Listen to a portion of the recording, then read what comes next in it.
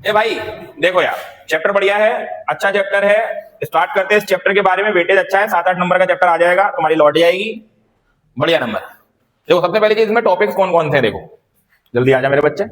आ गया, yes very good.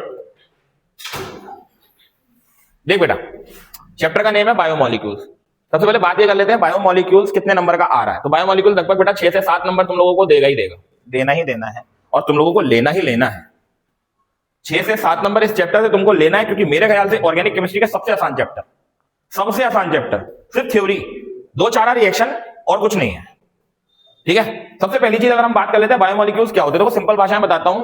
किसी भी एक लिविंग थिंग्स को जिंदा रहने के लिए बॉडी के अंदर जिन जिन चीजों की जरूरत रहती है, जिन भी केमिकल्स की रिक्वायरमेंट रहती है, वो सारे के सारे बायोमोलिक्यूल्स के अंदर आते हैं। इसलिए उसका नाम ही रखा है बायोमोलिक्यूल। बायो मतलब लिविंग, है ना। ये सीट में नहीं होंगे, ये प्लास्टिक में नहीं होंगे, ये ज्यादातर सिर्फ किस में होंगे, ये उनमें होंगे जिनमें लिविंग थिंग्स होंगी, जैसे प्लांट्स और जैसे कि एनिमल्स। आप क्लियर हो गए। 5 टाइप के होते हैं बेसिकली, आपको 5 पढ़ने, वैसे होते बहुत सारे हैं। मैं आपको बता देता हूं कौन कौन से 5 होते हैं, सबको पता होना चाहिए। पहला होता है कौन, कार्बोहाइड्रेट। दूसरा होता है कौन, प्रोटीन। तीसरा होता है कौन, अमाइनो एसिड। अगला होता है कौन, न्यूक्लिक एसिड। अगला होता है कौन, विटामिन। 5 पढ़ने, वैसे तो लिपिड, पुदीना, लहसुन बहुत कुछ होता है, लेकिन आपको मेनली ये पढ़ने, समझ रहे हो। लिपिड्स क्योंकि हमारी बॉडी में नहीं होता बेटा, लिपिड्स प्लांट्स में होता है।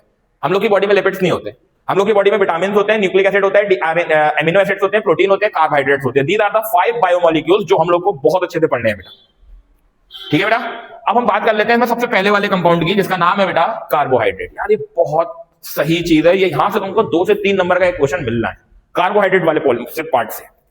कैसे, अब जरा देखो कार्बोहाइड्रेट क्या होते हैं पहले समझो। देखो बेसिक डेफिनेशन क्या होती है, और छोटे लेवल पे कार्बन, हाइड्रोजन, ऑक्सीजन, तीनों मिलके कंपाउंड बनाए, तीनों मिलके कंपाउंड बनाए और क्या बन जाता है, कार्बोहाइड्रेट।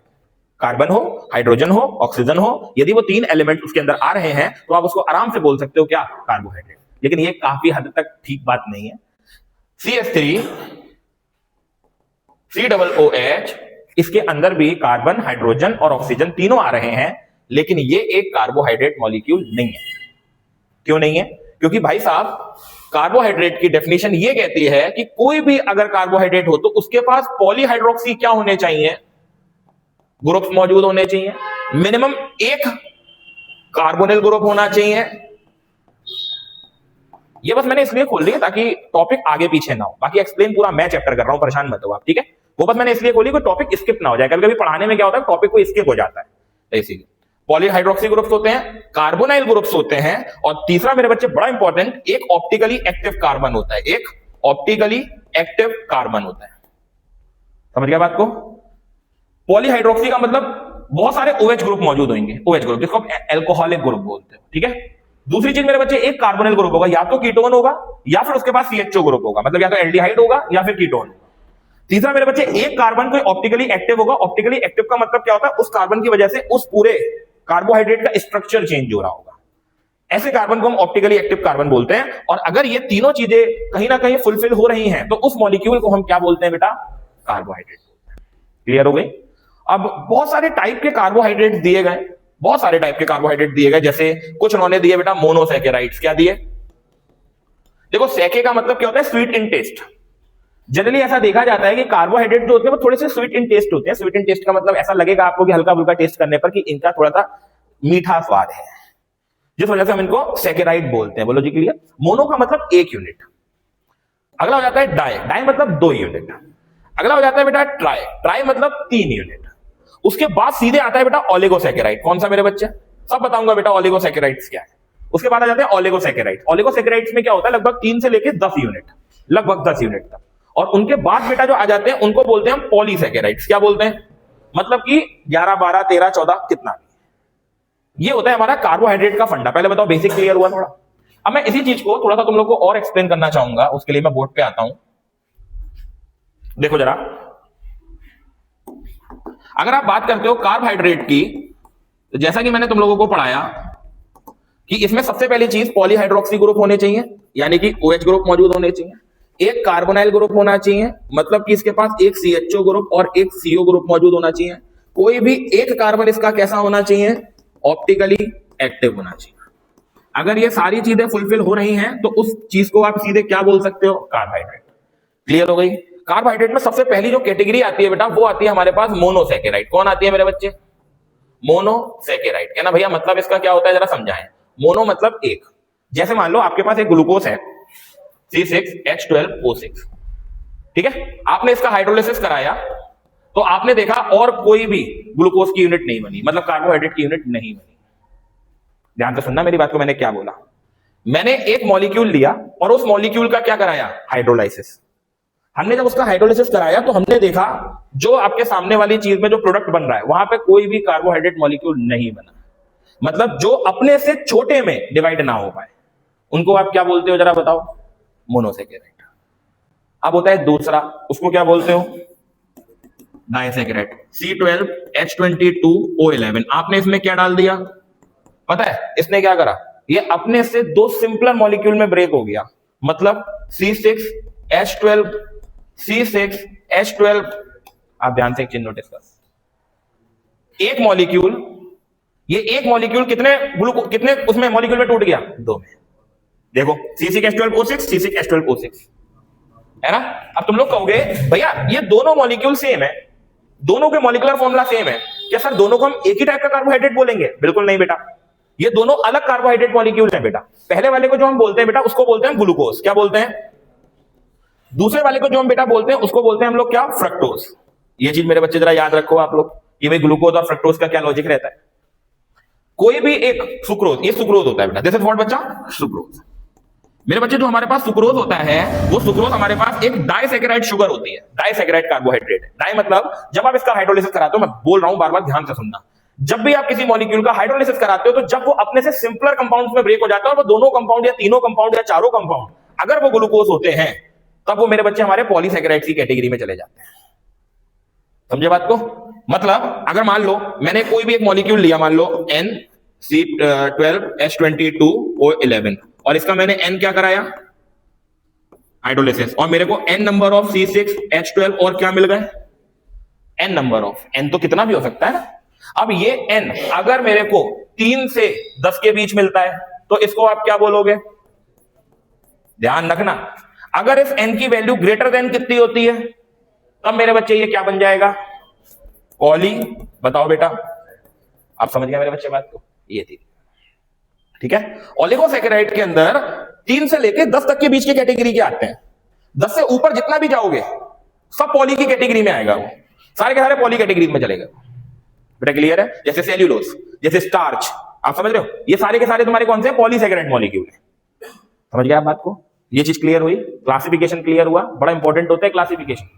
अगर आप लोग क्लासिफिकेशन नहीं समझ पाओगे तो फिर कार्बोहाइड्रेट कभी नहीं समझ पाओगे, है ना। टीचर ने पूछा कार्बोहाइड्रेट क्या है, तो सिंपल भाषा में समझ गए, कार्बोहाइड्रेट वो मॉलिक्यूल्स होते हैं जनरली जिनके अंदर पॉलीहाइड्रोक्सी ग्रुप, कार्बोक्सी ग्रुप और ऑप्टिकली एक्टिव कार्बन मौजूद होता है। जनरली बेटा मोनोसैकेराइड, डाइसैकेराइड, ओलिगोसैकेराइड और पॉलीसैकेराइड। बोलो जी क्लियर? बहुत बढ़िया। बस आगे हम बात करते हैं सीधे। अभी भैया ने बोला कि फॉर्मूले सेम है बट कुछ तो घपला है, जिस वजह से इसको हम क्या बोल रहे हैं? भाई कुछ तो मसला है। वो क्या मसला है देख लेते हैं 2 मिनट में। देखो बेटा, ग्लूकोज की अगर आप बात करते हो इसको हम दूसरी भाषा में बोलते हैं एल्डोज। क्या बोलते हैं? इसको हम दूसरी भाषा में बोलते हैं कीटोज। क्या बोलते हैं बेटा? तो यार ये तो मसला हो गया, एक को हम एल्डोज बोल रहे हैं, एक को हम कीटोज बोल रहे हैं। एल्डोज मतलब उसमें प्रेजेंट है क्या? उसके अंदर प्रेजेंट है कौन? और कीटोन में जो प्रेजेंट है वो कौन सा ग्रुप? क्लियर मेरे बच्चे? स्ट्रक्चर देख लेते हैं। CHO, CHOH का होल 4 और नीचे CH2। क्लियर हो गई? इसका स्ट्रक्चर देख लेते हैं। CH2OH, CO, CHOH whole thrice, CH2। ये किसका स्ट्रक्चर हो गया? फ्रक्टोज का। यहां पे क्या आ रहा है? इसलिए इसको क्या बोला? यहां पे कीटोन, इसलिए इसको क्या बोला? आई होप बेटा क्लियर हो गया होगा, समझ में आया? पक्का ना? अब हमने बोला था एक चीज जरा ध्यान से सुनो, CHO नीचे CHOH, CHOH, CHOH, CHOH और CH2OH।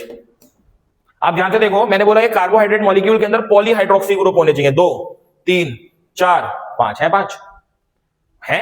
मैंने आपसे पूछा उसके बाद एक कार्बोनिल ग्रुप होना चाहिए, यस है। मैंने कहा एक ऑप्टिकली एक्टिव कार्बन होना चाहिए, this is the fifth carbon. Fifth carbon optically active होता है बच्चों, हमेशा याद रखो। फिफ्थ कार्बन जो होता है this is the optically active carbon, optically active carbon. कहना भैया यही क्यों, ये ऊपर के क्यों नहीं? रीजन, क्योंकि ये ग्रुप्स के पास में लगे हैं, जो ग्रुप के सबसे दूर लगा होता है वही ऑप्टिकली एक्टिव कार्बन होगा। कहना सर इसके फिर इसमें क्यों नहीं? इसमें इसलिए नहीं क्योंकि हाइड्रोजन इसके पास दो है, ये कार्बन से कनेक्ट नहीं है, ये कार्बन से फिर एक ही बार कनेक्ट हो रहा है। दैट्स व्हाई बच्चे हम लोग किसको ज्यादातर ऑप्टिकली एक्टिव मानेंगे? Fifth carbon. अभी शॉर्ट नोट के लिए आप इतना याद रखो। बोलो जी क्लियर है? पक्का इंपॉर्टेंट होता है। देख लो, why glucose is aldose and why fructose is ketose, because due to the presence of aldehyde group and ketose group. यही दो फंक्शनल ग्रुप इनकी प्रॉपर्टीज को डिफरेंट बनाते हैं, इनकी फिजिकल अपीयरेंस को चेंज करते हैं, इनकी केमिकल प्रॉपर्टीज को बदल देते हैं। देख बेटा, फिफ्थ कार्बन ऑप्टिकली, सिंपल सा लॉजिक है यार। देख ऊपर लगा है फंक्शनल ग्रुप, ध्यान से समझो, नीचे कार्बन, नीचे कार्बन, नीचे कार्बन, नीचे कार्बन, इधर भी कार्बन। इस वाले की अगर आप वैलेंसी देखो तो इसके साथ ना एक ही कार्बन आ रहा है, इसके साथ एक कार्बन अटैच है। बट आप अगर इस वाले के साथ देखो ना, इसके साथ दो कार्बन अटैच है ना, तो इसकी वजह से ज्योमेट्री चेंज होने के चांसेस ज्यादा हैं एज कंपेयर टू दिस, क्योंकि इसके पास कार्बन ही नहीं है तो एंडिंग ग्रुप हो गया। ज्योमेट्री किस वजह से चेंज हो सकती है? ज्योमेट्री होगी इसकी वजह से चेंज, या तो इन तीनों की वजह से चेंज। लेकिन इन तीनों को हम प्रेफर क्यों नहीं कर सकते? क्योंकि ये फंक्शनल ग्रुप के काफी करीब है, इनके इलेक्ट्रॉनों को ज्यादातर ये फंक्शनल ग्रुप अपनी ओर क्या कर रहा होगा? हाँ जी।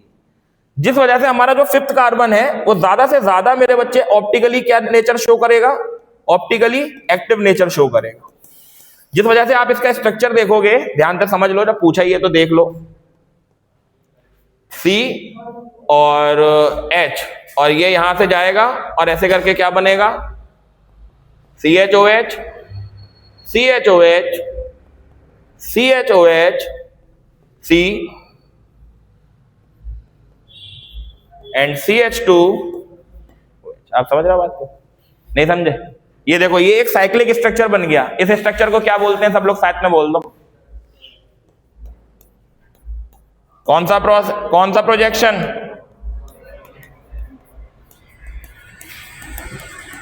This is the Haworth projection. Sir बनता कैसे है? देखो,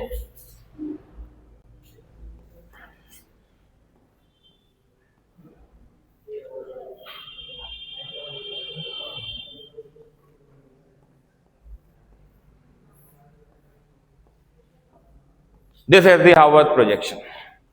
बन गया? ये हमारा कौन सा प्रोजेक्शन होता है? Haworth. This is the hexagon, 1 2 3 4 5 6 hexagon, जबकि फ्रक्टोज पेंटागन। बेटा हाउ टू चेक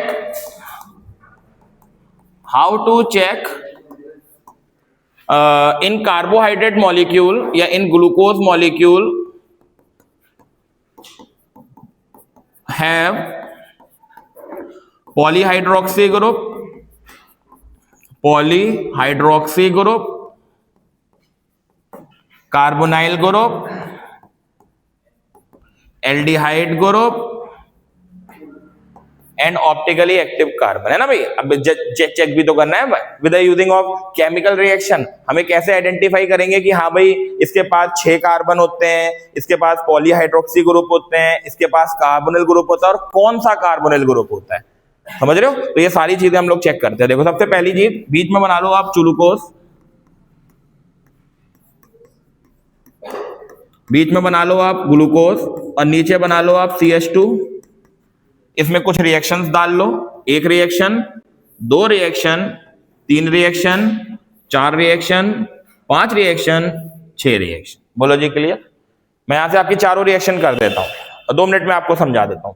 अगर मेरे बच्चे आप इसके अंदर HI डालते हो तो this is the conformation of 6 carbon atom, कि ग्लूकोज के पास 6 कार्बन एटम होते हैं। This is the first conformation, पहला कन्फर्मेशन 6 कार्बन होते हैं कि नहीं, तो पता है क्या बनेगा? N हेक्सेन, CH3, CH2 का होल 4 और CH3, इसको बोलोगे आप N। अगर मेरे बच्चे N हेक्सेन बनता है HI डालने पर, तो ये कंफर्मेशन हो गया कि एक ग्लूकोज मॉलिक्यूल के पास कितना कार्बन मौजूद होता है? 6 कार्बन। बोलो जी क्लियर? पक्का मेरे बच्चे? यदि आपने मेरे बच्चे क्या करा, HNO3 डाल दिया, और HNO3 डालने के बाद यहां पर ये मॉलिक्यूल काय में कन्वर्ट हो गया, काय में कन्वर्ट हो गया बेटा? समझ रहे हो, इस एसिड में कन्वर्ट, मतलब COOH लग गया तो इससे इस बात की पुष्टि हो गई कि यहाँ पे कार्बोनिल ग्रुप है। This is the confirmation of carbonyl group, this is the confirmation of carbonyl group. बोलो जी क्लियर। अगला मेरे बच्चे पॉलीहाइड्रोक्सी ग्रुप के लिए मैं इधर चेक कर देता हूं, उसमें आप एसिटिक एसिड डाल दो। क्या डाल दो? CH3COOH, या फिर आप एसिटिक एनहाइड्राइड डाल दो तो भी कोई दर्द नहीं है, ठीक है। या फिर आप एसिटाइल क्लोराइड डाल दो, कुछ भी डाल सकते हो, CH3COCl आप ये डाल दो। आप देखोगे एक H, 4 H ये, एक H ये, तो कितने मॉलिक्यूल डालोगे? 5। यानी कि यहां से आप 5 HCl निकलता हुआ दिखाई देखोगे, और यहां पे क्या लग जाएगा? CHO ऐसी रहेगा, CHO और CO क्या लग जाएगा? कितने? नीचे भी CH2 ऐसी रहेगा, O और क्या लग जाएगा? CO। समझ गया मेरे बच्चे? क्लियर हो गई। अगर ये वाला मॉलिक्यूल बनता है तो इसका मतलब किस बात की पुष्टि हो गई, जरा बताओ आप, कि इसके पास पॉलीहाइड्रोक्सी क्या है? पॉलीहाइड्रोक्सी ग्रुप है। बोलो जी क्लियर। अब मेरे को ये चेक कर लेना है कि इसमें कौन सा कार्बोनाइल ग्रुप है। HCN डाल दो। क्या डाल दो? साइनोहाइड्रिन बन जाएगा, ठीक है। क्या डाल दो यहां पर आप लोग? HCN। ये इस बात की पुष्टि कर देगा कि इसके पास कार्बोनाइल ग्रुप है। आप देखोगे C, ये OH हो जाएगा, और ये कौन चले जाएगा? यहां पे हमारे पास सिंगल बॉन्ड H तो रहेगा ही रहेगा, बैलेंस देख लेना एक बार। और COH का कितना, और ये CH2OH। बेटा जी क्लियर है ना? ठीक है। इसको बोलेंगे हम कौन सा हाइड्रेन। अगर ये बनता है तो ये किस चीज का कंफर्मेशन दे रहा है? CHO ग्रुप का। लो भैया जी, क्लियर हो गई। ये थे भैया कंफर्मेशन। एक और भी डाल सकते हैं, हाइड्रोजन भी डाल सकते हो, NH2NH2, उससे भी काम हो जाता है, लेकिन जरूरत नहीं है। जब इतने से काम हो रहा है तो हमें कोई दिक्कत नहीं है। आप इसका ऑक्सीडेशन फिर से कर दो, ग्लूकोनिक एसिड बन जाएगा, नीचे भी COOH आ जाएगा। याद रखना, अगर आप ग्लूकोज का ऑक्सीडेशन करते हो, अगर आप ग्लूकोज का ऑक्सीडेशन करते हो तो ग्लूकोनिक एसिड बन जाएगा। ये ग्लूटैरिक, वो ग्लूकोनिक। कैसे बनेगा जरा ध्यान से देखो। आप इसका ऑक्सीडेशन कर दो तो आप एक चीज नोटिस करोगे, COOH CHOH का होल 4, और नीचे भी, लो भैया ये रिएक्शन है। ये अभी तो तुमको एक बोर्ड पे दिख रही है 5 रिएक्शन, ये बड़ी इंपॉर्टेंट रिएक्शन है बेटा। ये अभी तो तुमको चलो एक बोर्ड पे दिख रही है, कोई दिक्कत नहीं है, 2 मिनट में तुमने समझ लिया क्या करना है। लेकिन मेरे बच्चे ये मसला है, ये इनको कर लेना अच्छे से, ये लंबे नंबर देंगे आप लोगों को। क्लियर हो गई। अब मैंने तुम लोग को एक चीज बोली स्टार्टिंग में कि ये स्वीट इन टेस्ट होती है, स्वीट इन टेस्ट होती है। तो ऑब्वियस बात है, क्या हर शुगर स्वीट इन टेस्ट होती है? नहीं। हाँ, कुछ ऐसी होती हैं जो रिड्यूसिंग होती हैं, कुछ ऐसी होती हैं जो नॉन रिड्यूसिंग होती हैं। रिड्यूसिंग का मतलब जो किसी को रिड्यूस कर दें, मतलब आपने इसको यूज में लिया और यूज करके अगर किसी केमिकल में डाला तो उसको रिड्यूस कर दें, मीन रिडक्शन कर दें, तो उसको आप क्या बोल देते हो? As a reducing agent. नहीं समझे? समझ गया ना? और अगर वो रिड्यूस नहीं कर पाए तो उसको हम क्या बोल देंगे? Non reducing sugar. आप समझ रहे हो बात को? इसके लिए मैं जाना चाहूंगा कहां पर? अपनी PDF पे, क्योंकि उसमें थोड़ी सी थ्योरी है। अब मैं तुम लोग को थ्योरी पढ़ा दूं इसकी। ये वाला पोर्शन हमारा थोड़ा सा समाप्त हुआ। कार्बोहाइड्रेट क्या होते हैं मैंने तुम लोगों को बताया, मोनोसैकेराइड्स क्या होते हैं बताया, डाइसैकेराइड्स क्या होते हैं, ओलिगोसैकेराइड्स क्या होते हैं, ये मैंने आप लोगों को बताया। ठीक है। उसके बाद मैंने कैसे हम कंफर्मेशन करते हैं किसका? ग्लूकोज का। ये मैंने सारी रिएक्शंस देखो आप लोगों को बताई, किस तरीके से कंफर्मेशन किया जाता है। पहला HI के साथ, NH2OH के साथ, Br के साथ, HNO3 के साथ, एनहाइड्राइड के साथ। मैंने एनहाइड्राइड की जगह क्या ले लिया था वो तुम लोग को पता ही है, एसिटाइल क्लोराइड ले लिया था, कोई दिक्कत की बात नहीं है। HCN के साथ। बोलो जी क्लियर। ये सब बेटा कंफर्मेशन है। ये सारी चीजें क्या है? कंफर्मेशन। इनको दिमाग के अपने खोपड़े में डाल लेना बाबू, ये चीज ध्यान रखना, ठीक है। हाँ, फिर ये मत कहना भैया समझ नहीं आया। अच्छा जी, फिर मैंने तुम लोग से बोला रिड्यूसिंग और नॉन रिड्यूसिंग शुगर यहीं पे होंगे। आजा मेरे बच्चे, जल्दी से आजा, जल्दी से आजा बाबू मेरे, आजा। आ गई मेरे बच्चे, आ गई। देखो बेटा, ठीक है। This is the reducing sugar and this is the non reducing sugar.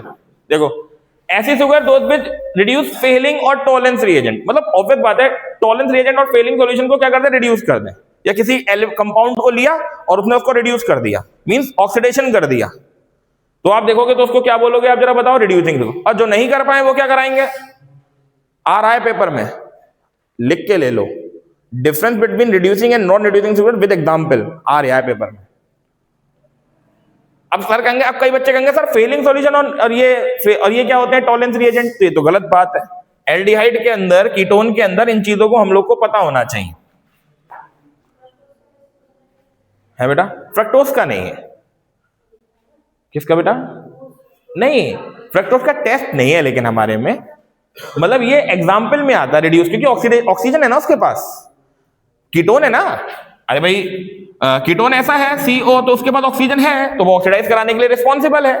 जो ऑक्सीडाइज कराता है ऑब्वियस बात है वो रिड्यूसिंग होता है, इतना तो तुम लोग को पता ही है। तो दैट्स व्हाई बच्चे glucose, fructose and galactose are the reducing sugar. याद रखना, रिड्यूसिंग शुगर कौन से होते हैं, जो फेलिंग सॉल्यूशन टॉलरेंस रिएजेंट को क्या कर देते हैं, और जो नहीं कर पाते वो क्या होते हैं, तो उसमें हमारी चीनी, सुक्रोज, याद रखना, ठीक है।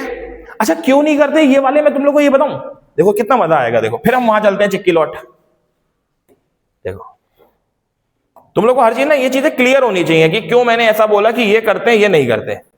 देख, एक होती है ग्लाइकोसिडिक लिंकेज, क्या होती है, ग्लाइकोसिडिक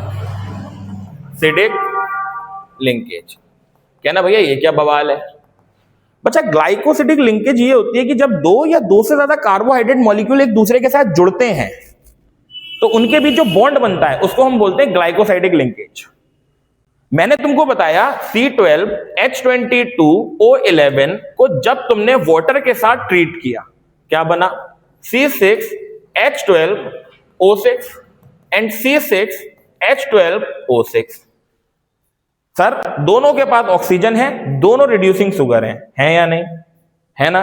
बट सर ये रिड्यूसिंग शुगर नहीं है, क्यों नहीं है सर, हमें कारण बताओ। हमने तुमसे कहा ग्लूकोज का स्ट्रक्चर बनाओ, दिस इज ग्लूकोज, बस ध्यान से सुनना मेरे बात, ठीक है। दिस इज ग्लूकोज, यहां H और यहां क्या मान लो, एंड दिस इज फ्रक्टोज। ये क्या होता है, बोलो जी क्लियर, यहां H, यहां पे CH2OH और वो सब होगा। इसके बाद ऑक्सीजन बचा ही नहीं, क्यों, क्योंकि देखो ये ले गया वाटर के फॉर्म में, वाटर निकाल गया और ये दोनों बॉन्ड आपस में जुड़ गए, तो ग्लूकोज और ये दोनों लिंक हो गए ना, इनके बीच जो बॉन्ड बना वो क्या बना, ग्लाइकोसिडिक लिंकेज। ऑक्सीजन इसके पास बचा ही नहीं, तो ऑक्सीजन देने के लिए इसके पास है ही नहीं, इसलिए काय में चले गया, नॉन रिड्यूसिंग में। आप समझ गए तुम लोग बात को, ये तरीका होता है, क्लियर हो गई। तो दैट्स व्हाई बच्चे इसको हम लोग नॉन रिड्यूसिंग शुगर कहते हैं। This is the structure of what बच्चों, this is the structure of sucrose, क्योंकि हमने एक ग्लूकोज को और एक फ्रक्टोज को आपस में क्या कराया, लिंक कराया, और इनके बीच वाटर मॉलिक्यूल निकला और एक लिंकेज हुई, इस लिंकेज को हम क्या बोलते हैं, ग्लाइकोसाइडिक लिंकेज। बोलो जी क्लियर हो गया, पक्का। तो मजा आएगा, ऐसा नहीं है कि समझ नहीं आएगा, ऐसी तो कोई चीज ही नहीं है बेटा जो समझ नहीं आए, समझ में आ गई ये चीज। इसी के बाद आ जाते हैं बच्चे प्रोटीन की तरफ, हम लोग किस पे आ जाते हैं, देखो प्रोटीन से पहले एक चीज को समझना बहुत जरूरी है, उसको बोलते हैं हम अमाइनो एसिड्स। किसको बेटा, amino acids, which is very important. भाई एमिनो एसिड्स क्या होते हैं, जरा ध्यान से सुनो। देखो अगर आप एमिनो एसिड्स की बात करते हो, हमारी बॉडी कंज्यूम करती है, इसमें दो फंक्शनल ग्रुप अटैच्ड होते हैं, दो फंक्शनल ग्रुप, कार्बन, ठीक है सर, NH2 ग्रुप एंड, और एक H होगा और एक कोई रेडिकल होगा, समझ गया बात को। अगर ऐसा कोई कार्बन है, ध्यान से सुनना मेरी बात को, अगर ऐसा कोई कार्बन है जिसके साथ NH2 ग्रुप भी हो और जिसके साथ COOH ग्रुप भी लगाओ एक ही कार्बन पे, ऐसे को हम कौन सा एसिड बोलते हैं, हमारी बॉडी में यही एसिड्स प्रेजेंट होते हैं, हम लोगों की बॉडी में यही एसिड प्रेजेंट होते हैं जो आपस में कंबाइंड होकर के प्रोटीन को मैन्युफैक्चर करते हैं। आप समझ रहे हो बात को, समझे ना, कि भाई आपके टीचर ने पूछा भैया व्हाट आर एमिनो एसिड्स, भाई क्या है एमिनो एसिड्स, तो सर एमिनो एसिड जनरली वो होते हैं जिस कार्बन के ऊपर एमाइन ग्रुप और कार्बोक्सिलिक ग्रुप दोनों एक साथ अटैच होते हैं, ऐसे को आप क्या बोलते हो, अमाइनो एसिड। इस एसिड की एक खास बात होती है, ये क्यों प्रोटीन बनाता है, क्योंकि ये ज्विटर आयन बनाते हैं, यस, क्यों ऐसा होता है? क्योंकि ये कौन सा आयन बनाते हैं? Zwitter ion. ये क्या करते हैं? ये वाले हाइड्रोजन को इधर दे देते हैं। तो देखो क्या होगा, ये हो जाएगा NH3 प्लस, और यहां क्या हो जाएगा? आप समझ रहे हो? ऐसे आयन को हम कौन सा आयन बोलते हैं? यही ज्विटर आयन आपस में मिल मिलके एक पेप्टाइड बॉन्ड बनाते हैं। कौन सा बॉन्ड बनाते हैं? और जब एक हम लोग को लॉन्ग चेन मिलती है, उसी को हम क्या बोल देते हैं? प्रोटीन बोल देते हैं।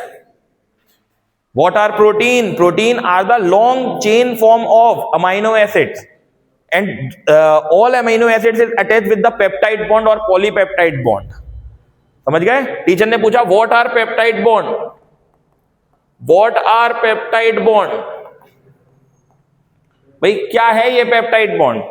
तो peptide bond is a linkage जिससे एक अमीनो एसिड दूसरे अमीनो एसिड्स के साथ क्या होता है? अटैच होता है। आप समझ गए? जब एक बॉन्ड बनेगा तो पेप्टाइड, जब दो या दो से ज्यादा बॉन्ड बनते हैं उसको बोलते हैं पॉलीपेप्टाइड। क्लियर हो गई ये चीज या नहीं समझ पाए? अभी क्लियर हो गई? प्रोटीन क्या है समझ पाए थोड़ा बहुत? ये बिल्कुल भी नहीं समझ पाए। अमीनो एसिड हमारी बॉडी में दो तरीकों के होते हैं, एक होते हैं एसेंशियल, एक होते हैं नॉन एसेंशियल। एसेंशियल जो हमारी बॉडी खुद से बना लेती है, मतलब जो हमको चाहिए। नॉन एसेंशियल वो जो हमको बाहर से नहीं चाहिए, जो हमारी बॉडी अपने आप से बना लेती है। बहुत से हैं, 500 हजारों होते हैं, लेकिन कुछ ऐसे होते हैं जो हमको बाहर से लेने ही लेने हैं अपनी बॉडी के अंदर। Which are essential amino acids, almost 20 amino acids बेटा ऐसे होते हैं जो हमको बाहर से कंज्यूम करने ही होते हैं। समझ रहे हो आप बात को? इस तरीके से अमीनो एसिड्स के लिए जाते हैं। हम लोग जिम वगैरह जाते हैं तो ऑब्वियस बात है, हम जिम वगैरह जब जाते हैं तो हमारे लिए डाइट चार्ट बनाया जाता है। उस डाइट चार्ट में हमारा प्रोटीन का बहुत ध्यान रखा जाता है, क्योंकि प्रोटीन की ज्यादा मात्रा तो भी दुखदाई, प्रोटीन की कम मात्रा तो भी दुखदाई। ज्यादा मात्रा भी नहीं होनी चाहिए प्रोटीन की, क्योंकि ज्यादा मात्रा जब हमारी प्रोटीन के अंदर बॉडी के अंदर हमारे आ जाती है तो हमारी बॉडी में फैट इंक्रीज होने लगता है। ये सब चीजें होती है। दैट्स वाई इन चीजों के लिए डाइट प्लान एक चार्ट बनाया जाता है और वो हम लोग फॉलो करते हैं, तब हम लोग के ये निकलता है। ठीक है, क्लियर हो गई बच्चा? क्लियर हुई ना अमीनो एसिड्स? तो इन चीजों को मैं आप लोग को पढ़ा भी देता हूं। ठीक है, पढ़ाते हुए इसलिए चल रहा हूं बच्चा ताकि तुम लोग थोड़ा सा थ्योरी में भी उस चीज को लिख पाओ। इसलिए मैंने एक साइड में PDF भी खोल रखी है। नॉन रिड्यूसिंग ये सब चीजें तुम लोग समझ ही गए हो, कोई दिक्कत की बात नहीं है भाई साहब। अगर आप यहाँ पे देखें, ये ग्लाइकोसिडिक लिंकेज वगैरह मैंने सब बता दिया। Protein are the macromolecule made up of amino acid joint amide linkage, मैंने बताया ना। मैंने तुम लोग को यही चीज बताई कि प्रोटीन क्या है भैया? एक मैक्रो मॉलिक्यूल। मैक्रो मतलब बहुत लार्ज मॉलिक्यूल है। लार्ज फॉर्म में हम लोग यहाँ पे अमीनो एसिड्स को आपस में क्या करते हैं बच्चा? कंबाइन करते हैं, और कंबाइन करके एक तगड़ा सा क्या बनाते हैं जरा बताओ? एक तगड़ा सा प्रोटीन स्ट्रक्चर बनाते हैं। अब एक चीज होती है, प्रोटीन एक टाइप का नहीं होता कि बस सारे अमीनो एसिड मिले अब बन गया एक प्रोटीन। ऐसा नहीं होता है भाई साहब। प्रोटीन का भी क्लासिफिकेशन होता है भाई, primary, secondary, tertiary, on the basis of structure. Protein को भी डिफाइन करा जाता है on the basis of structure. भाई स्ट्रक्चर के बेसिस पर आप उसको डिवाइड करते हो। कैसे? वो मैं आपको बता देता हूं। थोड़ा सा थ्योरी टाइप चीजें हैं, इसलिए इसको एक बार हम लोग रीड आउट कर लेते हैं। भाई प्राइमरी स्ट्रक्चर देखो, आजा भाई आजा, आजा भाई आजा, बहुत बढ़िया। देख बेटा, अगर हम प्राइमरी की बात करते हैं, this is the specific sequence of amino acids, the no acid in the polyamide chain, change in amino acid sequence, change in protein. ये फिर क्या बोला इन्होंने, मैं बताता हूं। This is the protein. एक लॉन्ग चेन हमने पकड़ी और यहां पे हमने सारे एसिड्स को रख दिया और ये हमारा एक प्रोटीन स्ट्रक्चर बन गया। सेकेंडरी में क्या हो जाएगा?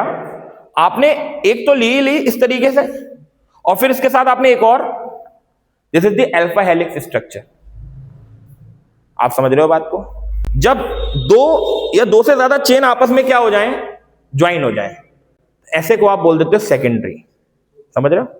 और जब बहुत ज्यादा, यानी कि represent the overall folding of peptide chain, मतलब एक प्रोटीन बना और उसके साथ ओवरलैपिंग हो गई बहुत सारी चीजों की, उसको आप क्या बोल देते हो जरा बताओ? टर्शरी। मतलब दो या दो से ज्यादा टाइप की स्ट्रेट चेन आपस में क्या हो सकती हैं?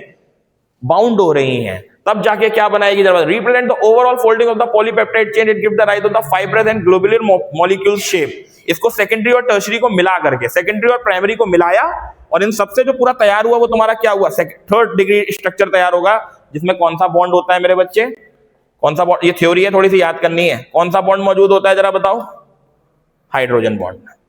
और वॉन डर वाल फोर्स ऑफ अट्रैक्शन भी होता है, तो भाई इसको पढ़ना पड़ेगा आप लोगों को थोड़ी बहुत। इट्स वीकेस्ट बॉन्ड, तभी प्रोटीन हमारा ब्रेक होता है और हम लोग को एनर्जी देता है। अगर ये स्ट्रॉन्ग बॉन्डिंग होगी तो फिर तो हमें एनर्जी लगानी पड़ेगी प्रोटीन को तोड़ने के लिए ना, आप समझ रहे हो ना। इट्स अ वीकेस्ट बॉन्ड थोड़ा सा। एक हो जाता है क्वार्टनरी, ये बहुत ही कम बॉडीज के अंदर लाया करता है। Protein can be composed by the 2 और मोर पॉलीपेप्टाइड चेन। जब 2 या 2 से ज्यादा पॉलीपेप्टाइड चेनों को आपस में कंबाइन कर दिया जाता है तब बन जाता है हमारा क्वार्टनरी। ये बहुत कम देखा जाता है, जनरली ये बहुत ही कम देखा जाता है। सबसे ज्यादा स्टार्टिंग के ये 3 बॉन्ड्स, ये बेटा याद कर लेना, रट लेना, रट्टा मार लेना इसको। बीटा शीटेड फॉर्म में ऐसा होता है ना, हेलिक्स स्ट्रक्चर ये होता है ना, और शीटेड स्ट्रक्चर ये होती है, 1 sheet, 2 sheet, 3 sheet, 4 sheet, sheets form में, रेक्टेंगुलर शीट फॉर्म में अगर इकट्ठी होती हैं उनको बीटा शीटेड बोलते हैं। और अगर हेलिक्स स्ट्रक्चर में आ रही है तो उनको अल्फा हेलिक्स स्ट्रक्चर बोलते हैं, जैसे थ्रेड लाइक स्ट्रक्चर, ये जैसे डीएनए का स्ट्रक्चर होता है। हाँ, समझ रहे हो आप बात को। तो बिल्कुल वैसे ही तुम्हारा प्रोटीन भी होता है, बस अंतर सिर्फ इतना होता है वहां पे न्यूक्लिक एसिड्स की चेन बनती है डीएनए आरएनए में, यहां पर अमीनो एसिड्स की चेन बनती है, इतना सा अंतर होता है बस, ये चीज। तो ये भी खत्म हो गया तुम्हारा, मजा आया। नेक्स्ट बच्चा अगला चीज आ जाती है, आपको पता है न्यूक्लिक एसिड, कौन सा एसिड, न्यूक्लिक एसिड। आजा भैया आजा, ओए ओए, बहुत बढ़िया बात। एक बढ़िया सी चीज है, एंजाइम हमारे सिलेबस में नहीं है, टेंशन मत लो, पढ़ना नहीं है हम लोगों को। इधर डीनेचुरेशन ऑफ प्रोटीन, यार ये बड़ी तगड़ी चीज है यार, है भैया। एक छोटा सा स्टेटमेंट है बट ये 2 नंबर में आ सकता है। भाई आप प्रोटीन के डीनेचुरेशन से क्या समझते हो, मतलब आपने प्रोटीन का नेचर बिगाड़ दिया, नहीं समझे। डीनेचुरेशन का मतलब क्या हुआ, भाई प्रोटीन का जो स्वभाव था, प्रोटीन का जो नेचर था, आपने उसको डिस्टर्ब कर दिया। मीन्स या तो आपने उसका टेम्परेचर चेंज किया, या तो आपने उसकी चीजों में कुछ ना कुछ चेंज किया, आपने उसका स्ट्रक्चर चेंज किया, या कुछ भी करा। तो ऐसे को हम क्या बोल देते हैं, डीनेचुरेशन ऑफ प्रोसेस। देख लो, denaturation of the native state of protein, denaturation it can be brought physical या केमिकल मेथड। इसको आप या तो फिजिकली कर सकते हो या फिर केमिकली कर सकते हो। The second degree and third degree structure are destroyed, काय में, 1 डिग्री में। तो उसको आप क्या करें, मतलब आपने क्या करा, उसका नेचर बदल दिया, तो उसी को आप क्या बोल देते, यार ये आ सकता है बच्चा, शॉर्ट है बट आ सकता है। हाँ ये यार इंपॉर्टेंट है बाबू, ये चीज मैं कह रहा हूं 1 नंबर में ही आए बट आएगी। एंजाइम्स नहीं है हमारे में, नहीं पढ़ना हम लोगों को, ठीक है। अगला टॉपिक आ जाता है मेरे बच्चे, कौन सा एसिड। पहले विटामिन दे रखे हैं तो विटामिन को भी पढ़ ही लेते हैं यार, थोड़ा सा होता है विटामिन भी यार। देख विटामिन क्या है, ये विटामिन क्या लॉजिक लगाओगे विटामिन के पीछे। देखो भाई हमारी बॉडी में विटामिन की रिक्वायरमेंट क्या है, भाई ना हो तो क्या ना चलेंगे। देखो विटामिन्स, मिन्स मतलब मिनरल, भाई मिन्स मतलब मिनरल्स। हमारी बॉडी में कुछ ऐसे मिनरल्स, कुछ ऐसी चीजें जो हमारी बॉडी में कहीं ना कहीं क्या करते हैं, हमारी एबिलिटी को बढ़ाते हैं। जैसे हमारे देखने की क्षमता को बढ़ाते हैं, जैसे हमारी ग्रोथ को इनहिबिट करते हैं, समझ रहे हो ना बात को। इन सब चीजों के लिए रिस्पॉन्सिबल कौन रहते हैं, हमारी बॉडी में डिसीज होने से बचाते हैं, हमारी बॉडी में कोई फालतू की डिसीज ना हो, हमको प्रोटेक्ट करते हैं, हमारी बॉडी के सर्कुलर सिस्टम को काफी अच्छे से मेंटेन करते हैं। वो सारी चीजें बच्चे काय में आ जाती हैं, जरा बताओ आप। विटामिन, एक विटामिन नहीं होता हमारी बॉडी में, बहुत सारे टाइप के विटामिन होते हैं। VA, VB1, VB2 भी होता है, VC, VD होता है और VK भी होता है। K पढ़ लेना, इसमें इन्होंने दिया नहीं है, इंपॉर्टेंट होता है K भी, मैंने बोला भी था K आ जाता है, ठीक है, पढ़ लेना एक बार। A क्या करता है, सब ए यार ये ना 8वीं क्लास के बच्चों को याद होता है, नाइट ब्लाइंडनेस में काम करता है ये, ठीक है भैया, पुअर विजन, लॉस विजन, इन सब चीजों में। B1 वेरी वेरी रोक करता है यार, वीक मसल, फैटिग वगैरह इन सब चीजों में काम आता है। C स्कर्वी रोग को बचाता है हम लोग को, ब्लीडिंग गम्स वगैरह में ज्यादातर जम्प्स वगैरह लग जाते हैं यहाँ पे दांतों में, मसूड़ों में, इन सब चीजों में, तो काफी हद तक काम करता है। रिकेट्स के लिए D काम कर देता है। कैल्शियम तो आप लोगों को पता ही है क्या करता है। आयोडीन हमारी बॉडी, ये विटामिन नहीं है, ये डायरेक्ट केमिकल्स हैं। आयोडीन की अगर आप बात करते हो, आयोडीन गोइटर, समझ रहे हो ना बात को। यहाँ पे हम लोग के थायराइड ग्लैंड, थायरॉक्सिन ग्लैंड होता है, यहाँ पे प्रोडक्शन होता है आयोडीन का। अगर हम लोग बाहर से नमक को ना खाएं तो आयोडीन की मात्रा बढ़ने लगती है। जब बढ़ने लगती है तो हम लोग को गोइटर यानी कि घेंगा रोग हो जाता है। कौन सा रोग हो जाता है, समझ रहे हैं आप बात को? तो ये iron, anaemia, general weakness, fatigue, इन सब चीजों को बताता है। अब बात ये आ जाती है कि भैया हम इन चीजों को कैसे पढ़ें, ये तो थ्योरी है। तो तुम एक बात बताओ, पढ़ के क्या जाओगे? न्यूमेरिकल तुमसे होने के नहीं, थ्योरी तुम्हें बोरिंग लगती है, रिएक्शन तुमसे हिलेंगी नहीं, तो बाबू एक बात बताओ, फिर पढ़ के क्या जाओगे? भाई कोई टीचर तुमसे कह रहा है बायोमोलिक्यूल पढ़ लो, इजी चैप्टर, तो भाई थ्योरी तो पढ़ना पड़ेगा। वो भी क्या मैं याद कराऊंगा आपको, या आपको कोई टीचर याद कराएगा? भाई ये तो आपको खुद से पढ़ना पड़ेगा ना यार। भाई रिएक्शन है, चलो मैं आपको बता दूंगा, अच्छा बेटा ऐसे नहीं ऐसे कर लेना, चलो। ये कहां तक याद कराया जाए यार? इसे तो आपको दिमाग पे अपने डालना पड़ेगा। भाई जैसे अब अगली चीज आती है न्यूक्लिक एसिड। देखो मैं आपको सिंपल भाषा में समझाता हूं न्यूक्लिक एसिड क्या है। न्यूक्लिक एसिड कुछ नहीं है, हमारी बॉडी में जितने भी जेनेटिक काम होते हैं, जितने भी जेनेटिक काम मतलब इंफॉर्मेशन से रिलेटेड, इनहेरिटेंस से रिलेटेड, वो सारे काम तुम्हारे न्यूक्लिक एसिड देखता है। Formation of DNA also, formation of RNA also. DNA का means deoxyribose nucleic acid, RNA means ribose nucleic acid. दोनों में एक चीज का अंतर होता है। सबसे पहले राइबोज शुगर को देख लेते हैं कैसी होती है। अगर दी हो तो अच्छी बात है, नहीं दी हो तो और अच्छी बात है, तो मैं सिखा दूंगा। एक होता है डीऑक्सीराइबोज न्यूक्लिक एसिड, एक होता है राइबोज न्यूक्लिक एसिड। ज्यादातर इसमें क्या होता है, दो चीजें बड़ी मेन होती हैं। सबसे पहली चीज, एक तो होती है शुगर, और उन शुगर के दो पार्ट्स होते हैं, दो स्तंभ होते हैं, जिन पर वो पूरा स्ट्रक्चर डटा हुआ होता है, मतलब स्ट्रक्चर इस तरीके से स्टैंड होता है। एक होता है बेस, एक होता है तुम्हारा कौन, जैसे द न्यूक्लियोसाइड, मतलब न्यूक्लियोटाइड बोल सकते हो उसको। न्यूक्लियो या यहाँ पे आप बोल सकते हो एक तरीके का बेस हो गया, और एक तरीके का क्या हो गया, फॉस्फेट ग्रुप हो गया। कौन सा ग्रुप हो गया? फॉस्फेट ग्रुप हो गया। समझे? अगर आप न्यूक्लियोसाइड की बात करते हो तो इसमें दो चीजें आती हैं, एक बेस और एक क्या आता है। और अगर आप पूरे टाइड की बात करते हो तो उसमें बेस भी आ जाता है, शुगर भी आ जाता है, और फॉस्फेट भी आ जाता है। ध्यान रखना, define the term nucleoside and nucleotide. Nucleoside में बेस और शुगर दोनों मिलेंगे, दोनों। बेस क्या है वो मैं अभी बता रहा हूं, चार होते हैं, है ना, सबको पता होगा, ग्वानिन, साइटोसिन, और एडेनिन, थायमीन और यूरेसिल, ये तो पता है ना। ये सारे के सारे बेसिस होते हैं बच्चा। ये बेस हमें ये मतलब डिस्क्राइब करते हैं कि दिस इज द डीएनए या दिस इज द आरएनए। ठीक है बच्चा, चलो बहुत बढ़िया बात। न्यूक्लियोटाइड और न्यूक्लियोटाइड समझ गए आप लोग? हाँ, तो ये बढ़िया चीज है। ठीक है, आगे बढ़ते हैं बेटा। देखो आपके सामने यहां पे दे रखी है, this is the sugar and this is the base. तो ये हमारा क्या हो गया, न्यूक्लियोसाइड। लेकिन this is the sugar, this is the phosphate group and this is what बच्चा, बेस। तीनों को मिलाया तो क्या बना? क्लियर हो गई? जब तीनों चीजें कंबाइंड होती है तो न्यूक्लियोटाइड बन जाता है। अच्छा सर कौन कौन से बेस होते हैं? देख भाई, तुमको स्ट्रक्चर वगैरह याद ना रखना है, तुमको नाम जरूर याद रखना है।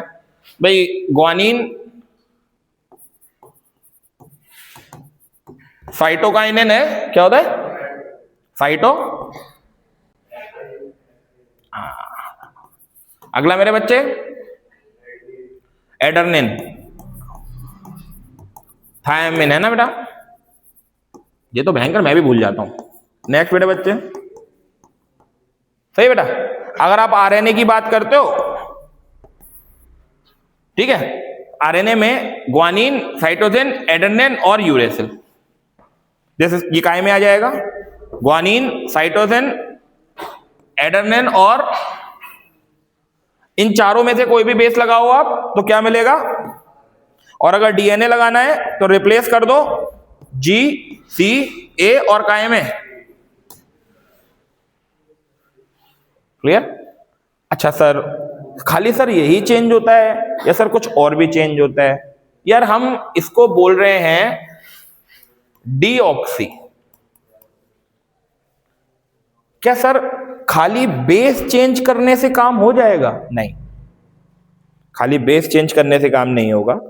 आपको राइबोज शुगर में से, जो ये शुगर है ना, इस शुगर का नाम राइबोज होता है बेटा, तभी हम उसको डीऑक्सी राइबोज न्यूक्लिक एसिड बोल रहे हैं। राइबोज, राइबोज ध्यान रखना।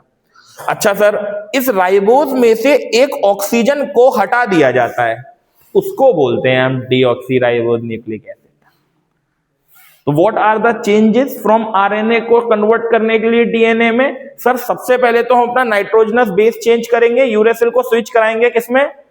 साथ ही साथ राइबोज शुगर से ऑक्सीडेशन करा देंगे, मींस वहां से ऑक्सीजन हटा देंगे, मतलब रिडक्शन करा देंगे। समझ रहे हो आप बात को? ताकि वहां से क्या हट जाए? ऑक्सीजन। तब मेरे बच्चे हमको क्या मिल जाएगा? आई होप क्लियर हुआ होगा। This chapter is over. Chapter खत्म पहले ही हो जाता, लेकिन वो आना जाना इधर उधर में, इस चक्कर में थोड़ा ये चैप्टर तुम्हारा छोड़ा। आई होप क्लियर हुआ होगा बच्चा चैप्टर में, है ना? कोशिश तो मैंने पूरी करी कि तुम लोग को अच्छे से समझ आ जाए। अब बाकी एक बार वीडियो देख लोगे तो क्लियर हो जाएगा यार, कोई दिक्कत थोड़ी है, वीडियो बनती है इसीलिए है, ठीक है? उसके बाद बच्चे हम लोग स्टार्ट कर देते हैं अनदर चैप्टर। मेरे को बाबू बस थोड़ा सा पानी ला दे बेटा अरमान। अरे तू मत ला यार, ना तू मत ला। कशिश तू ला दे बेटा। नहीं तुम लोग मत लाओ भी पानी।